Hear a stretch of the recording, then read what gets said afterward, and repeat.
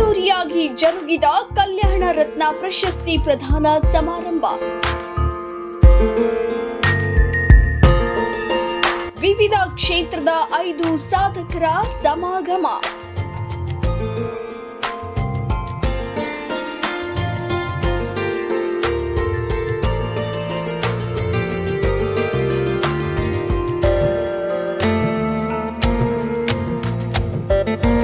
ಸಭಿಕರನ್ನ ನಕ್ಕು ನಲಿಸಿದ ಹಾಸ್ಯ ದಿಗ್ಗಜ ಗುಂಡಣ್ಣ ಡಿಗ್ಗಿ.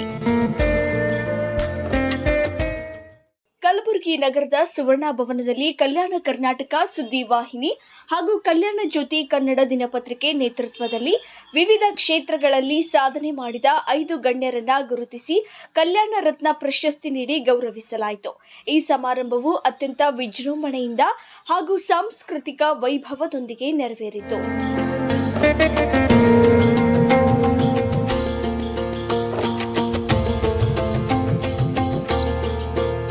ಕಾರ್ಯಕ್ರಮದ ಮುಖ್ಯ ಅತಿಥಿಗಳಾಗಿ ಕಲಬುರಗಿ ದಕ್ಷಿಣ ಮತಕ್ಷೇತ್ರದ ಶಾಸಕ ಅಲ್ಲಮ ಪ್ರಭು ಪಾಟೀಲ್, ಬಿಜೆಪಿ ಮುಖಂಡ ನಿತಿನ್ ಗುತ್ತೇದಾರ್, ಜೆಡಿಎಸ್ ಮಹಿಳಾ ಘಟಕದ ಜಿಲ್ಲಾಧ್ಯಕ್ಷೆ ಮಹೇಶ್ವರಿ ವಾಲಿ, ಹಿಂದೂ ಮುಖಂಡ ಸಿದ್ದು ಹಿರೇಮಠ್ ಹಾಗೂ ಸುದ್ದಿ ವಾಹಿನಿಯ ಅಧ್ಯಕ್ಷ ಮಹದೇವಪ್ಪ ಎಸ್ ಪಗಡೆ ಉಪಸ್ಥಿತರಿದ್ದರು. ಇನ್ನು ಈ ಸಂದರ್ಭದಲ್ಲಿ ವಿವಿಧ ಕ್ಷೇತ್ರಗಳಲ್ಲಿ ವಿಶಿಷ್ಟ ಸಾಧನೆ ಮಾಡಿದವರನ್ನ ಗುರುತಿಸಿ ಪ್ರಶಸ್ತಿ ನೀಡಲಾಯಿತು. ಕೃಷಿ ಕ್ಷೇತ್ರದಲ್ಲಿ ಶರಣಬಸಪ್ಪ ಪಾಟೀಲ್, ವೈದ್ಯಕೀಯ ಕ್ಷೇತ್ರದಲ್ಲಿ ಶಂಕರಮ್ಮ ತಾಯಿ, ಶಿಕ್ಷಣ ಕ್ಷೇತ್ರದಲ್ಲಿ ಸಿದ್ದಲಿಂಗಪ್ಪ ಬಾಳಿ, ಪೊಲೀಸ್ ಇಲಾಖೆಯಲ್ಲಿ ನಾಗೇಂದ್ರ ಯಲ್ದೆ ಹಾಗೂ ನಿರೂಪಕರಾಗಿ ಡಾಕ್ಟರ್ ಎಸ್.ಎಂ. ಭಕ್ತ ಕುಂಬಾರ್ ಅವರಿಗೆ ಕಲ್ಯಾಣ ರತ್ನ ಪ್ರಶಸ್ತಿ ನೀಡಿ ಗೌರವಿಸಲಾಯಿತು. ಕಾರ್ಯಕ್ರಮದ ಅಂಗವಾಗಿ ವಿವಿಧ ಸಾಂಸ್ಕೃತಿಕ ಕಾರ್ಯಕ್ರಮಗಳು ಜರುಗಿದವು. ಹಾಸ್ಯ ಕಲಾವಿದ ಗುಂಡಣ್ಣ ಡಿಗ್ಗಿ ತಮ್ಮ ವಿಶಿಷ್ಟ ಹಾಸ್ಯ ಶೈಲಿಯಿಂದ ಜನರನ್ನ ಮನರಂಜಿಸಿ ಸಭಿಕರ ಮನಸೆಳೆದರು.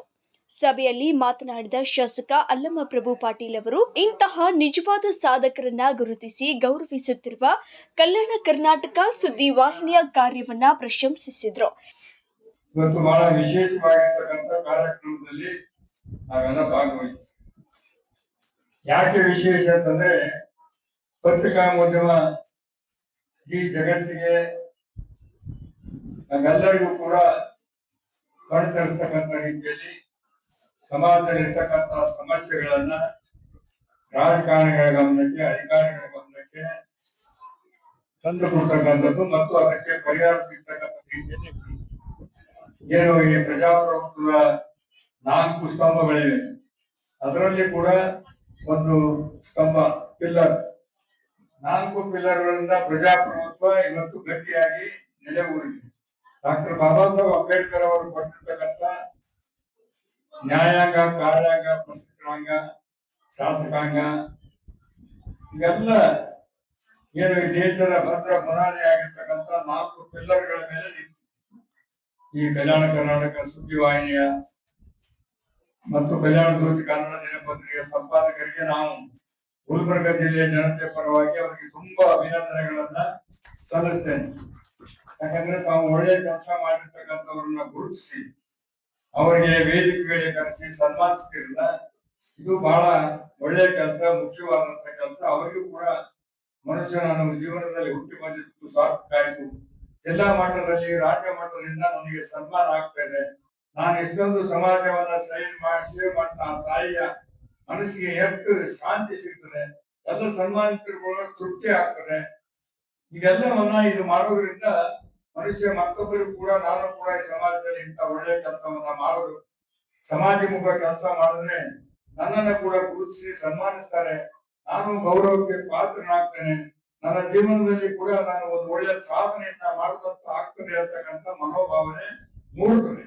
ಆದ ಕಾರಣ ಪ್ರತಿ ವರ್ಷ ಕೂಡ ಇಂಥ ಸಮಾಜ ಸುಧಾರಣೆ ಮಾಡ್ತಕ್ಕಂಥ ಜನರನ್ನ ಗುರುತಿಸಿ ಅವರಿಗೆ ಸನ್ಮಾನ ಮಾಡ್ತಕ್ಕಂಥ ಕೆಲಸವನ್ನ ನಮ್ಮ ಕಲ್ಯಾಣ ಕರ್ನಾಟಕ ಸುದ್ದಿವಾಹಿನಿ ಮತ್ತು ಕಲ್ಯಾಣ ಜ್ಯೋತಿ ಕನ್ನಡ ದಿನಪತ್ರಿಕೆಯ ಸಂಪಾದಕರು ಇದನ್ನ ನಡೆಸಿಕೊಂಡು ಹೋಗ್ಬೇಕು.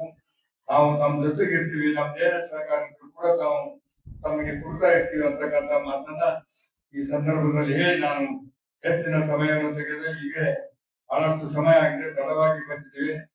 ನಮ್ಮನ್ನ ಕರೆದು ಮಾತನಾಡಲಿಕ್ಕೆ ಅವಕಾಶ ಮಾಡಿಕೊಟ್ಟು ಮತ್ತು ಸಮಾಜದಲ್ಲಿ ಒಳ್ಳೆಯ ಕೆಲಸ ಮಾಡಿರ್ತಕ್ಕಂಥ ಸಾಧಕರಿಗೆ ಸನ್ಮಾನ ಮಾಡತಕ್ಕಂಥ ಅವಕಾಶ ಸಿಕ್ಕಿದ್ದು ನಮ್ಮ ಪುಣ್ಯ ಅಂತ ಹೇಳಿ ಭಾವಿಸಿ ತಮ್ಮೆಲ್ಲರಿಗೂ ವಂದಿಸಿ ನನ್ನ ಮಾತು ಮುಗಿಸ್ತೇನೆ. ಇದೇ ವೇಳೆ ಬಿಜೆಪಿ ಮುಖಂಡ ನಿತಿನ್ ಗುತ್ತೇದಾರ್ ಅವರು ಕಲ್ಯಾಣ ಕರ್ನಾಟಕ ಸುದ್ದಿ ವಾಹಿನಿ ಸಮಾಜದ ಪರವಾಗಿ ಸದಾ ಕಾರ್ಯನಿರ್ವಹಿಸುತ್ತಿದ್ದು ತಮ್ಮ ಸಂಪೂರ್ಣ ಬೆಂಬಲ ಸದಾ ಇರುತ್ತದೆ ಎಂದು ಹೇಳಿದರು. ಕೊಡೋದ್ರ ಮುಖಾಂತರ ಒಂದು ಜನ ಜಾಗೃತಿ ವಹಿಸುವಂತ ಇದೊಂದು ವೇದಿಕೆಯಾಗಿದೆ ಅಂತ ನಾನು ಭಾವಿಸ್ತೀನಿ.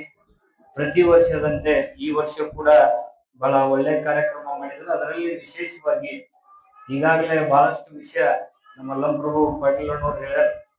ಏನಪ್ಪಾ ಅಂದ್ರೆ ಸಮಾಜದಲ್ಲಿ ಈಗ ಏನೇ ನಾವು ನೋಡ್ಬೇಕಾದ್ರೆ ಸೋಷಿಯಲ್ ಮೀಡಿಯಲ್ಲಿ ಆಗಿರ್ಬೋದು, ಈಗಂತೂ ಟಕ್ಕನಾಗಿ ನಮ್ಗೆ ಎಲ್ಲೇ ಒಂದು ಸಮಸ್ಯೆ ಇದ್ರು ಕೂಡ ನಮಗೆ ಬಹಳಷ್ಟು ನಿಮಿಷದಲ್ಲೇ ನಾವು ಕಾಣ್ತಿರೋದಂದ್ರೆ ಲೋಕಲ್ ಚಾನೆಲ್. ಯಾಕಪ್ಪ ಅಂದ್ರೆ ಹಳ್ಳಿಯಲ್ಲಿ ಪ್ರವಾಸ ಮಾಡಿ ನಮ್ಮ ಮಲ್ಲಿಕಾರ್ಜುನ್ ಆಗಿರ್ಬೋದು ಮತ್ತು ನಮ್ಮ ಬಡಿಗೆರು ಕೂಡ ಇಲ್ಲೇ ಇದ್ದಾರೆ.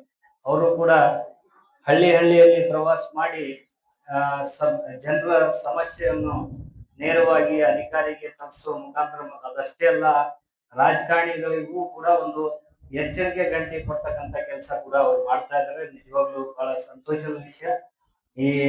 ನನಗನ್ನಿಸ್ತ ಈ ನಮ್ಮ ಭಾಗದಲ್ಲಿ ಯೂಟ್ಯೂಬ್ ಚಾನೆಲ್ ಅಂದ್ರೆ ಅದು ಯೂಟ್ಯೂಬ್ ಚಾನೆಲ್ ಅಷ್ಟೇ ಅಲ್ಲ, ಒಂದು ಬಹಳ ಹೆಮ್ಮರವಾಗಿ ಚಾನೆಲ್ ಬೆಳೀತದೆ ನಮ್ಮ ಪಗಡಿಯವ್ರದ್ದು ಅಂತಕ್ಕಂಥ ಮಾತನ್ನು ಈ ಸಂದರ್ಭದಲ್ಲಿ ಹೇಳಕ್ ಇಷ್ಟಪಡ್ತೀನಿ. ಯಾಕಂದ್ರೆ ಅದು ಒಂದು ಹೇಳಿಕೆನೇ ಅಲ್ಲ, ಹಳಂದೂರ್ ಭಾಷೆ ಶಾಣೆ ಇರ್ತಾರೆ, ಅವ್ರದ್ದು ನೋಡಿ ನಾವು ಕಲಿಬೇಕಾಗ್ಯದ.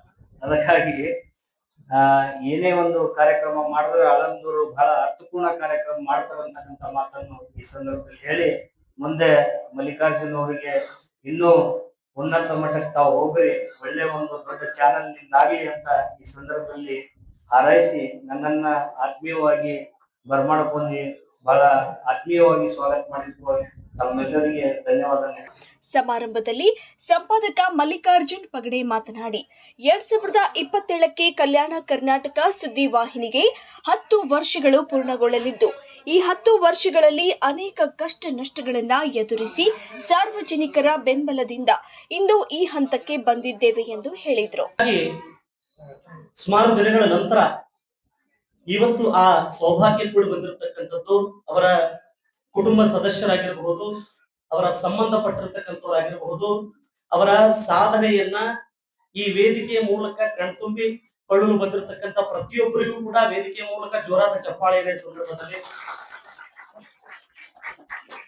ಕಲ್ಯಾಣ ಕರ್ನಾಟಕ ಸುದ್ದಿವಾಹಿನಿ 2027ಕ್ಕೆ ತನ್ನ 10ನೇ ವರ್ಷವನ್ನ ಪೂರ್ಣಗೊಳಿಸುತ್ತೆ.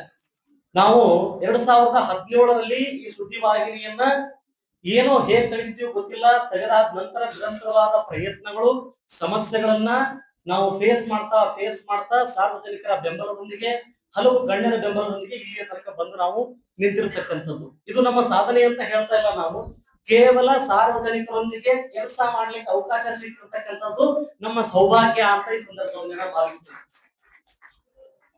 ಸುದ್ದಿವಾಹಿನಿ ತೆಗೆದಿದ್ದೀವಿ ಅಂದ್ರೆ ಅತ್ಯಂತ ದೊಡ್ಡದಾಗಿ ನಾವು ಬಹಳ ದೊಡ್ಡವರಿದ್ದೀವಿ ಅಂತ ಹೇಳ್ಕೊಳ್ಳಿ ನನಗೆ ಯಾವತ್ತೂ ಕೂಡ ಮನಸ್ಸಾಗ್ಲಿಲ್ಲ, ಆಗೋದು ಇಲ್ಲ.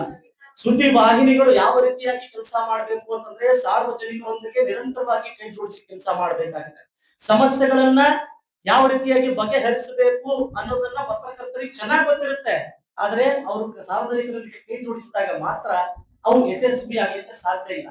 ಆಗ 10 ವರ್ಷಗಳಲ್ಲಿ ನಾವು ಅನುಭವಿಸಿರ್ತಕ್ಕಂಥ ಕಷ್ಟ ನಷ್ಟಗಳೆಲ್ಲವೂ ಕೂಡ ನಾವು ಕಷ್ಟಗಳನ್ನ ಯಾವತ್ತೂ ಕೂಡ ಚಿಂತೆ ಮಾಡ್ತಾ ತೆಗೆದುಕೊಂಡಿಲ್ಲ, ಅವನ್ನ ಚಾಲೆಂಜ್ ಆಗಿ ತೆಗೆದುಕೊಂಡು ಹೋಗಿ ಈ ತನಕ ಬಂದಿರತಕ್ಕಂಥದ್ದು. ಎಷ್ಟೋ ಸಮಸ್ಯೆಗಳು, ಎಷ್ಟೋ ಕೇಸ್ಗಳು ನಮ್ಮ ಮೇಲೆ ನಿರಂತರವಾಗಿ ಬಿದ್ದರೂ ಕೂಡ ಚಿಂತೆ ಮಾಡದೆ ನಿಮ್ಮೆಲ್ಲರ ಬೆಂಬಲ, ಅಥವಾ ನೀವು ಯಾವಾಗ ನಮ್ಮನ್ನ ಚಪ್ಪಾಳೆ ತಟ್ಟಿ ಬೆಂಬಲವನ್ನ ಸಮಸ್ಯೆ ಅನುಭವಿಸಿದಾಗ ನೂರಾರು ಕರೆಗಳು ನಾವು ನಿಮ್ ಹಿಂದೆ ಇದ್ದಿದ್ದೀವಿ ಅಂತ ಹೇಳ್ತೀರಲ್ಲ, ಎಲ್ಲಾ ಸಮಸ್ಯೆ ಅಲ್ಲೇ ನಾನು ಮರೆತು ಹೋಗ್ತೀನಿ ಆ ಸಂದರ್ಭದಲ್ಲಿ ಹೇಳೋದಕ್ಕೆ ಬಯಸ್ತಾರೆ. ಇನ್ನು ಕಾರ್ಯಕ್ರಮದ ದಿವ್ಯ ಸಾನ್ನಿಧ್ಯವನ್ನ ವಹಿಸ್ಲಿಕ್ಕೆ ಪರಮ ಪೂಜ್ಯರು ಬರ್ತೀನಿ ಅಂತ ಹೇಳಿದ್ರು. ಇದನ್ನ ಬರಬಹುದು ಅಥವಾ ಅವ್ರಿಗೆ ಏನಾದ್ರು ಗೊತ್ತಿಲ್ಲ ನನಗೆ.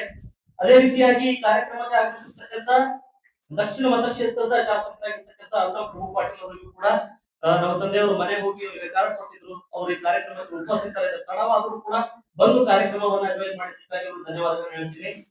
ಜೊತೆಗೆ ಬಿಜೆಪಿ ಮುಖಂಡರು ಈ ಭಾಗದಲ್ಲಿ ಏನಪ್ಪಾ ಅಂತ ಹೇಳಿದ್ರೆ ಅಫಜಲ್ಪುರ ಅಥವಾ ಕಲಬುರಗಿ ಕಲ್ಯಾಣ ಕರ್ನಾಟಕ ಭಾಗದಲ್ಲಿ ಒಂದು ಯುವ ಮುಖ, ಮುಂದಿನ ಒಂದೇನಪ್ಪಾ ಅಂದ್ರೆ ಆಶಾಭಾವನೆಯಾಗಿ ಹುಟ್ಟಿಸಿರ್ತಕ್ಕಂಥ ನಿಮ್ಮ ನೆಚ್ಚಿನ ನಾಯಕರು ನಿತಿನ್ ಗುತ್ತೇದಾರ್ ಅವರು ಕೂಡ ಒಂದೇ ಮಾತಿಗೆ ನಾನು ಕಾರ್ಯಕ್ರಮ ಬರ್ತೀನಿ ಅಂತ ಹೇಳಿದ್ರು. ಅವರು ಕೂಡ ಕಾರ್ಯಕ್ರಮ ಗಮನಿಸಿದ್ದಾರೆ, ಅವ್ರಿಗೂ ಧನ್ಯವಾದಗಳು.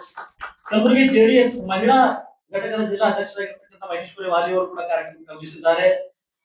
ನೋಡಿ ಅವ್ರ ಹೋರಾಟಗಳು ಹೇಗೆ ಅಂತಂದ್ರೆ ನಿರಂತರವಾಗಿ ಬೇರೆ ಬೇರೆ ರೀತಿಯಲ್ಲಿ ಸಮಾಜಕ್ಕಾಗಿ ಸಾರ್ವಜನಿಕರಿಗಾಗಿ ಹೋರಾಟಗಳು ನಡೀತಾರೆ ಅಂತ ಬೇರೆ ಬೇರೆ ಪಕ್ಷದಲ್ಲಿರ್ಬೋದು ಅಥವಾ ಒಂದೇ ಪಕ್ಷದಲ್ಲಿರ್ಬೋದು ಮಾತಲ್ಲ, ಅದು ರಾಜಕೀಯ ಅಷ್ಟೇ. ಅವ್ರ ಹೋರಾಟಗಳು ಕೂಡ ನಾವು ನೆನೆಸ್ಕೊಳ್ಬೇಕಾಗುತ್ತೆ. ಇನ್ನು ಕಾರ್ಯಕ್ರಮದಲ್ಲಿ ಉಪ ಸಂಪಾದಕ ರಾಜಶೇಖರ್ ಮಾತುಳಿ, ನಿರ್ದೇಶಕ ಶ್ರೀಶೈಲ್ ಪಗಡೆ, ಪವನ್ ಕುಲಕರ್ಣಿ, ಸಂದೀಪ್ ರೆಡ್ಡಿ, ಸಾಹೇಬ್ ಪಟೇಲ್, ವಿಠಲ್ ಪೂಜಾರಿ, ಚಂದ್ರಶೇಗೌಡ ಮಾಲಿ ಪಾಟೀಲ್, ಸಿದ್ದಲಿಂಗಪ್ಪ ಮಲ್ಲಶೆಟ್ಟಿ, ಶಿವು ಸ್ವಾಮಿ, ಮಂಜುನಾಥ ಸ್ವಾಮಿ, ಮಹಂತೇಶ್ ರೋಜೆ ಸೇರಿದಂತೆ ಅನೇಕ ಗಣ್ಯರು ಉಪಸ್ಥಿತರಿದ್ದರು. ಸಮಾರಂಭವು ಯಶಸ್ವಿಯಾಗಿ ಮುಕ್ತಾಯಗೊಂಡು ಕಲ್ಯಾಣ ಕರ್ನಾಟಕದ ಸಾಧಕರಿಗೆ ಪ್ರೋತ್ಸಾಹ ನೀಡುವ ಮಹತ್ವದ ವೇದಿಕೆಯಾಗಿ ಮೂಡಿಬಂದಿತು.